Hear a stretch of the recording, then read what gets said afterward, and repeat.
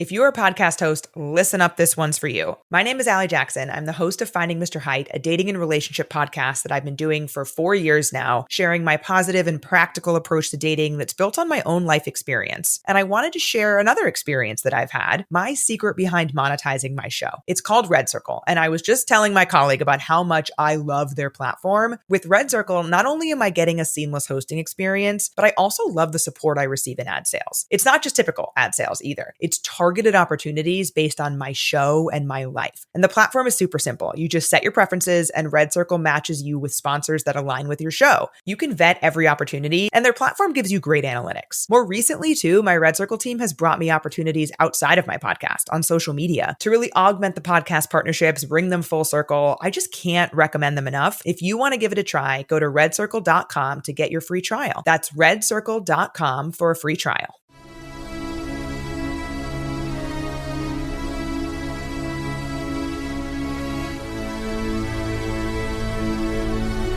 Welcome to the Dynasty Dugout Show, a podcast covering all things minor league baseball. Get a front row seat to the action with everything you need to know about the future stars of Major League Baseball. And now, here's your host, Chris Clegg. What's up, folks? Welcome back to the show. It's so good to be with you again back in the studio, our normal recording spot. Last week, I was out in Charleston doing some scouting, but it's good to be back. So I'm glad to be back here talking with you guys. Hey, we're so close to 1,000 YouTube subs. Would you subscribe? That would be awesome. It'd help a ton and continue the growth of the Dynasty Dugout. I do appreciate that so much. Before we dive in on the weekend recap of everything you know across minor league baseball, first, the show is brought to you by Connect Roasters.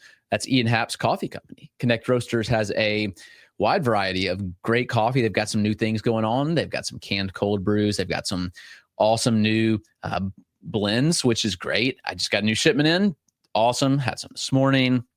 Go check out Connect Roasters today and get you a bag. Buy one, get one 50% off. So 2 bags for nearly the price of one by using the code Dynasty Dugout at checkout. Also, we're proud to partner with Chinook Seedery. Chinook is the best sunflower seeds in the game.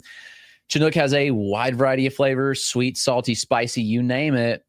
They got it all. You can get 10% off your order using the code Dynasty Dugout at checkout. So go check them out. Today, we are going to dive in on everything you need to know that happened over the weekend across minor league baseball. So much took place. We'll talk a little bit about my live looks from this past weekend and also the names to know and watch. We will be updating rankings this week of the Dynasty Dugout, so be sure you're subscribed. Get those new rankings as they come out. We're in midseason. There's a lot of good stuff, a lot of good names to know at this point, so be sure you're getting in on those top prospects in your Dynasty League. A little bit from last week, Braylon Doughty, I saw him again. Doughty has been phenomenal. I know the surface numbers aren't there, but you look at Braylon Doughty, you look at what he's done, and I'm rather impressed with the profile. Fastball, it works 92, 95. He's got a slider that works low to mid 80s. It's got pretty good traits as well. And the changeup's pretty good as well. So the changeup worked, I think, 84, 86, slider 83 to 86. So he's 19. He's a young 19. He was a comp round pick for the Guardians last year. Doughty brings a lot to the table to like. And I know that you look and you say, well, he's not dominating. Okay, well, they gave him an aggressive assignment. They didn't send him to the complex. He's pitching in single A, fresh out of being drafted out of high school last year. And that's not common for pitchers, but Doughty has all the traits you want to see. The pitchability is good. He repeats well. He mixes his timing, and he made Theo Gillen look silly a couple of times. Theo Gillen's the best hitter in Charleston's lineup, and Doughty dominated him several times. It was very impressive, actually. So Doughty now, 2 straight weeks I've seen him, 2 straight weeks I thought he's looked really good. I'm in on Braylon Doughty. Add him where you can. Now, Theo Gillen on the flip side, he's someone that I've seen a lot of this year, and I've seen mixed bag of Theo Gillen. I know everybody loves him. They think he's a top whatever prospect, and I understand that. Like, he's a really good profile, but I've noticed there's been a book out on Theo Gillen more recently, and I'm kind of wondering if teams are like picking up on how they can beat him. And this week, it was a lot of beating him with off-speed pitches. Theo Gillen bats lefty. He was getting some changeups kind of fading away from him. He was also getting sliders to the back foot. Theo Gillen's so passive. He is not swinging early in counts, and that's when he needs to swing. So, like, he's getting fastballs 90, like not even like hard fastballs early in counts, hittable pitches, and he's just taking them.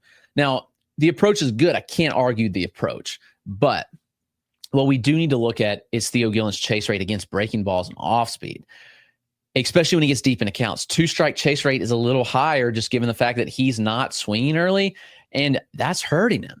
So we got to see him take that step forward with swinging more and being more aggressive. I think that would pay pretty big dividends for Theo Gillen. But right now, like, I don't know. I'm not as high as most. I'm probably the low man in the industry on Theo Gillen. I like the traits. I think he's a good athlete. He's got some sneaky juice, good contact, but I don't know. I still have questions.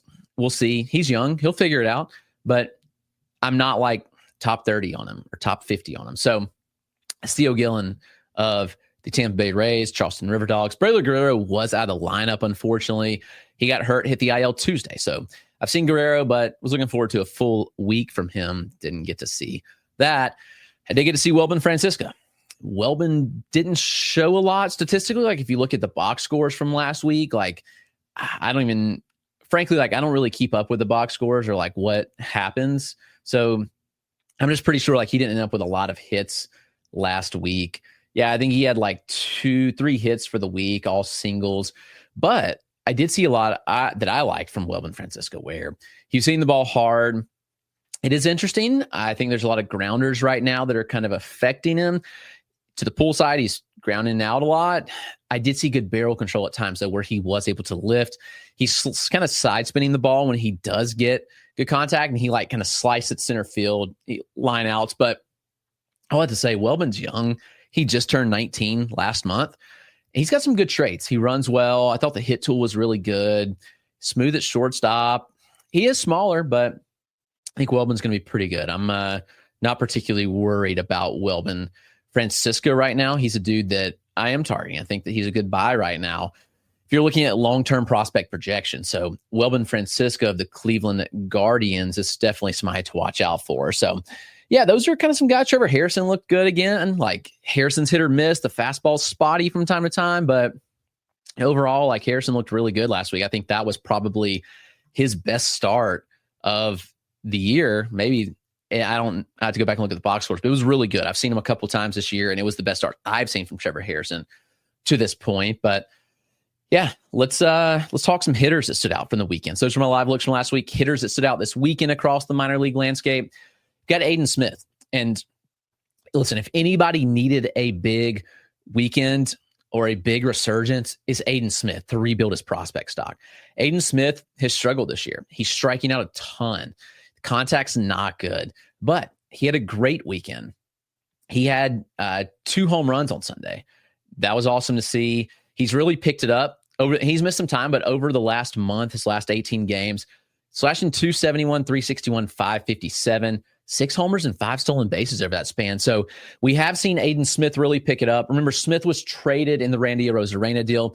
Aidan Smith, I liked out of high school. Like, he was a 4th-round pick that had some intrigue, but the stock soared. Like, the public perception of Aidan Smith was way too high. This offseason, I saw him in people's top 20 prospects. It was way too high.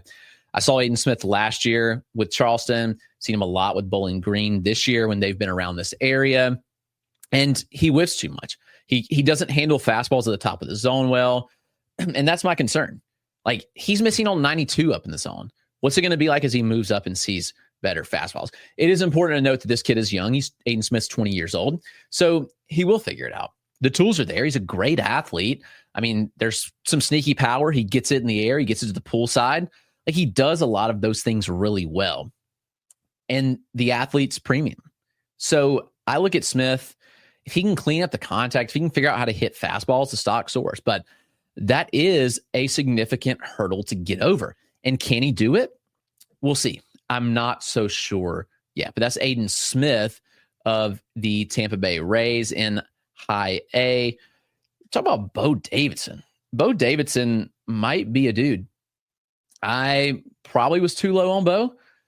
Saw him in the AFL last year. And honestly, like, he wasn't good in the AFL. I kind of chalk it up the fact that he was tired. Remember, this is a undrafted free agent out of Caldwell Community College. Like, this is the ultimate pop-up prospect last year. He was phenomenal last year. Hits the AFL. It'd been a long year.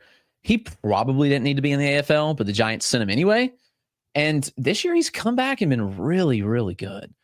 You know, you look at the numbers, and it's just been impressive. He had a 4-hit performance on Sunday, 2 homers and a double, 8-game hit streak. He hits the ball to all fields. I've watched him hit a opposite field 110-mile-an-hour homer. It's pretty impressive backside power to go oppo 110. He can get to the pool side. Like, I think he hit a ball as hard as 113 last year, I think that was. And the 9th percentile EVs are above average. They might even be plus, all things considered. The chase rate's good with Bo Davidson. Like, it's a really good approach. And the contact, that was my biggest question last year. Would the contact for Bo Davidson hold up? Well, this year, Davidson's making a lot more contact. He's running a contact rate around 76%. That's huge. Last year, he was like 71%. There was some whiff in the zone, too. He's really cleaned that up. He's in high A now. The tools are there. And I think the contact gains warrant Bo Davidson being a legitimate prospect. How high do I put him? I don't know. Maybe he's like a top 200 guy right now with room for more, but he's a pretty interesting player that I've probably ignored the early part of the season. I think that the contact gains are legit now. I'm kind of buying into what he's doing. And we've always known the power speed was there. It was an intriguing profile, but yeah, I'm very much in on Bo Davidson. What about Will Busch? This guy has not been talked about enough either. So when we look at Will Busch, Astros prospect, yes, he's in Asheville. So I understand, like, when you talk about like a prospect that's in Asheville, sure, the surface numbers are going to look really, really good. And honestly, I've seen a lot of Will Busch. I saw him last year with Fayetteville. I saw him a little bit with Asheville when he got promoted down the stretch. And I've seen him a lot this year. Asheville will be in town again this week, so I'll see him more. He's an interesting player, and I've kind of ignored him, and I realized, like, man, this kid's actually performing. So Busch homered twice on Saturday, had a double on Friday, single on Sunday, 11 homers and 9 doubles on the year with a 261, 400, 515 slash. Is Will Busch overperforming from a power perspective? Probably. This is the case. I mean, Busch is in Asheville, a hitter's haven, and a lot of the South Atlantic League is very hitter-friendly. Greensboro, hitter's haven. Winston-Salem, hitter-friendly. Greenville in the summer, ball really flies. There's a lot of places that are great to hit in the South Division of the South Atlantic League. That inflates numbers. But I look at Will Busch, and he has some traits that do allow him to hit for more power. It's ideal launch angles. He may have some of the better launch angles in the minors, or at least at his level. 73% of his batted balls in the air. He's pulling 34% of those in the air. That's great to see. He picks his spots well. He's very, let's say he's passive, but he's selective. The contact rates are like average. I think it's just more that he's working deep into counts. He's kind of like Aidan Smith or even Theo Gillen. He's not getting into good counts to hit, but he actually is hitting. So Busch is young, though. He was drafted out of JUCO. He just turned 21. So catcher that's just turned 21, I don't know, guys. I'm not like saying go all in on this guy because you remember Asheville's had some catchers like Austin Deming. I know he didn't really catch a whole lot last year. They had Garcia last year. I keep blanking on his first name for some reason, but Asheville's had some dudes that have put up numbers over the years. And I'm curious with Busch, does it stick? I do think he's worth highlighting, though. Also, we have to highlight Colson Montgomery, who has continued to hit. He had 2 multi-homer performances over the last week, one over the weekend, 111 home run yesterday, and a 104-mile-an-hour shot. He went to the complex. He went on the dev list, basically, and they gave him a reset. Mentally, they gave him a reset with, like, emotionally, kind of, mechanically, a big reset for Colson Montgomery. And he's come back, and I know the strikeouts are still there, but Colson has been a dude. And I know this is one of those cases where you look at it and you say, yeah, he looks terrible on the surface.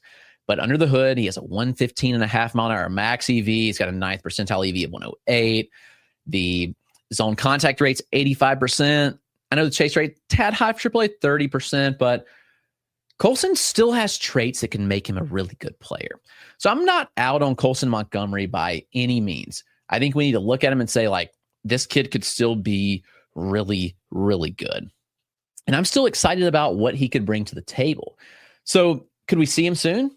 Yeah, probably. I'm very excited about the potential with Colson. And I think he's a great buy low opportunity right now. I know that's not like super popular, but I am interested in what he could do.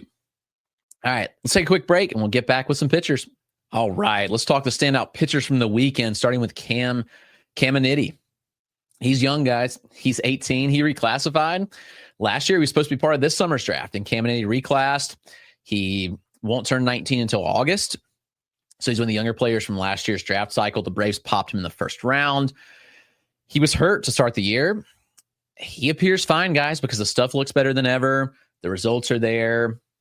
And in 3 of the 4 starts since rejoining Augusta, Caminiti's been dominant. He had 1 bad start, but other than that, he's gone 4 or 5 innings in every one of those starts. And over 3 of those 4, he struck out 22 batters and walked a total of 3. That's impressive stuff. Saturday, 8K, 0 walks. Great to see. 11 whiffs, 41% whiff rate, 44% CSW. Highly efficient. 68% of his pitches went for strikes, 56% ground ball rate. Love to see it. Last year, the velocity was, he clipped 196. He was 93, 94. Now he's sitting 95, 96 and is holding. It's average IVB from a 5'8" release height, good horizontal. But Caminiti is throwing a couple of slider variations, a sweeper in the lower 80s, like 83, and a more traditional slider he's using more now in the upper 80s. Changeup sitting 87, 88. It's late dive and fade. Caminiti is good, guys. He doesn't seem injured. That's a positive. He's young. He should have been part of the summer's draft. He's pitching in single A, and he's been very, very impressive. Caminiti is a top 100 prospect for me and will be this update. I really like his progress, and I love what the Braves are doing there. Their pitch dev's good. Caminiti's very solid. I'm in. I'm very much in on Caminiti of the Atlanta Braves. Now, this guy's sneaking up quick. That's Tanner McDougal. Now, I saw Tanner McDougal pitch last year in Hyatt, and it was fine. Didn't really consider him. I think he was just outside the White Sox top 30. It's a deep system, but McDougal, I saw him by chance with Winston-Salem. I didn't I got to go see him. I went to see some of the hitters for Winston-Salem, and Tanner McDougal was pitching. And this is what I love about going and scouting, is you just see things and you're like, this is my favorite thing. When you get there and you just have the preconceived notions and the guy just blows you away. That's my favorite thing in the world, is to see a player just shatter what you expected them to do. And that's what McDougal did. I get there and he's pumping. McDougal's a big boy. He's 6'6", probably 260, honestly. And last year he was mid-90s, was fine. He's pumping 100 and he's sitting 98. He's at 98 for 7 innings. When I saw him, it was very impressive from what I saw from Tanner McDougal. And he also had good secondaries. Curveball was his best secondary, in my opinion. Upper 70s, high spin rates, late drop. Featured an upper 80s slider with sharp movement. He threw a couple changeups to lefties. The interesting thing is, McDougal was taking strides. The biggest question was, is this guy just a reliever? Because the strike throwing's bad. It's improved. You look at the walk rate and you see 12% on the year. He's bumped to AA now, and he's walking less than 10%. And the strike rate is above average for the level. So Tanner McDougal's 22. He's in AA for the White Sox. Might just be one of their better pitching prospects, guys. I know they've got some guys, obviously, but Tanner McDougal looks like a guy to me where I'm in. Payton Tolle dominated in his AA start. Shocker. He's been great all year. I still have questions. I mean, it may be a reliever-esque profile where Tolle is just dominated with his fastball, and he may continue to do so. That fastball is so unique where he's hitting 98s, but he's getting so much extension where it's playing 101. Tolle sits mid-90s. He's 95 regularly. Low release, like 5'5" release, flat vertical approach angle. The movement's inconsistent on it, but like I've seen Ivy be up to 20 inches on the track, man. It's pretty crazy. He's normally around 16. That'll play from that release and that extension and that velocity. Yeah, I'll take that all day. So the fastball's firmly 7. I wouldn't fault you if you said it was a 70.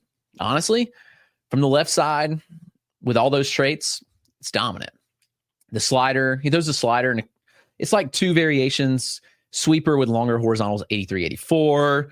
Upper 80 sliders, more like a cutter almost at times, but it's played like a death ball times 2, where it's like 0 inches of IVB, 0 inches of horizontal. Other times he's like more carry and a little more sweep, all over the place, but it's good. I don't know if he manipulates it into 3 shapes. Hard to say, but the changeup's going to have to develop. Right now, it's still a developing pitch, 88 to 90 on the changeup. I've seen it have up to 15 inches of fade, which is good, but honestly, a bit inconsistent. So Payton Tolle, a lot of dominance. And Hunter Barco, man, he's returned and looked really, really good. Like, I love what I've seen from Hunter Barco coming back. The shoulder injury scared me, guys. I dropped him my prospect ranks last update because I just feared that shoulder. Well, he doesn't look injured. He looks fine. He may make a major league start before Bubba Chandler. I wrote that in the article today. And I kind of believe that. I mean, Sunday, 1 hit, struck out 7 across 6 innings. He allowed a homer to Darian Blanco, but overall, Barco was really good. He had 10 whiffs, but 15 more called strikes, 31% CSW on the start. He's working 94, 95, topping 97. It's a mid-80s slider, although a split in the mid to upper 80s.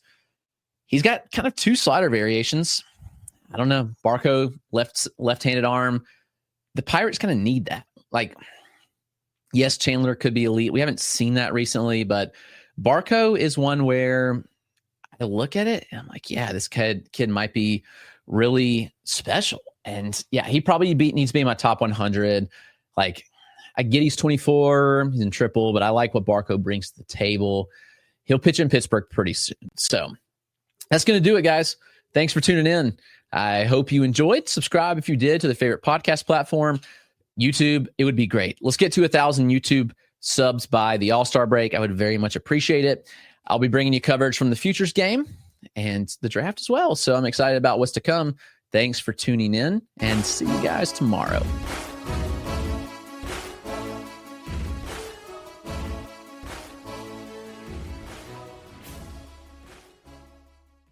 If you're a podcast host, listen up, this one's for you. My name is Allie Jackson. I'm the host of Finding Mr. Height, a dating and relationship podcast that I've been doing for 4 years now, sharing my positive and practical approach to dating that's built on my own life experience. And I wanted to share another experience that I've had, my secret behind monetizing my show. It's called Red Circle, and I was just telling my colleague about how much I love their platform. With Red Circle, not only am I getting a seamless hosting experience, but I also love the support I receive in ad sales. It's not just typical ad sales either. It's targeted opportunities based on my show and my life. And the platform is super simple. You just set your preferences and Red Circle matches you with sponsors that align with your show. You can vet every opportunity and their platform gives you great analytics. More recently too, my Red Circle team has brought me opportunities outside of my podcast on social media to really augment the podcast partnerships, bring them full circle. I just can't recommend them enough. If you want to give it a try, go to redcircle.com to get your free trial. That's redcircle.com for a free trial.